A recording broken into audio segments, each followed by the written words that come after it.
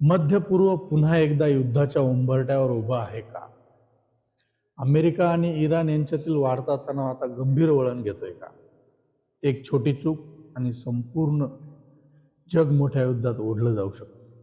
आज आपण या संपूर्ण परिस्थितीचा सखोल आढावा घेणार आहोत. नमस्कार, मी भागवत पांचाळ आणि तुम्ही पाहत आहात भागवत पांचाळ टॉक्स.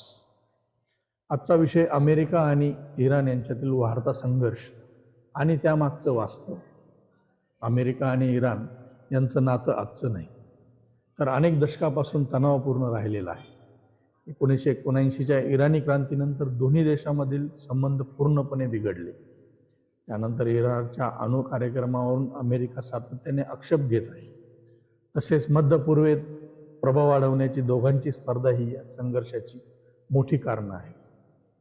सध्याच्या परिस्थितीकडे पाहिलं तर अलीकडच्या काही घटनांनी तणाव आणखी वाढवला आहे. संपूर्ण मध्य पूर्व अस्थिर होईल, तेलाच्या किमती प्रचंड वाढतील, जागतिक अर्थव्यवस्थेला मोठा धक्का बसेल आणि सर्वात महत्त्वाचं म्हणजे हा संघर्ष जागतिक युद्धातही रूपांतरित होऊ शकतो. या सगळ्या परिस्थितीकडे जगातील मोठे देश आणि संयुक्त राष्ट्रसंघ लक्ष ठेवून आहे. शांतता राखण्यासाठी प्रयत्न सुरू आहेत, पण अनेक वेळा देश स्वतःच्या स्वार्थामुळे स्पष्ट भूमिका घेत नाहीत. त्यामुळे परिस्थिती अधिक गुंतागुंतीची बनते.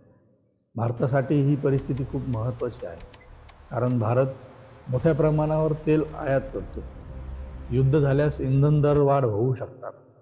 तसेच मध्य पूर्वेत मोठ्या प्रमाणावर भारतीय नागरिक काम करतात. त्यामुळे भारत नेहमीच संतुलित आणि शांततेची भूमिका घेतो. म्हणूनच अमेरिका आणि इराण यांच्यातील हा संघर्ष फक्त दोन देशापुरता मर्यादित नाही, तर तो संपूर्ण जगावर परिणाम करणारा मुद्दा आहे. आता पाहणं महत्त्वाचं आहे की परिस्थिती शांततेकडे जाते की युद्धाकडे. या विषयावर तुमचं मत काय आहे? अमेरिका आणि इराण यांच्यात युद्ध होईल का की टळेल? कमेंट करून नक्की सांगा.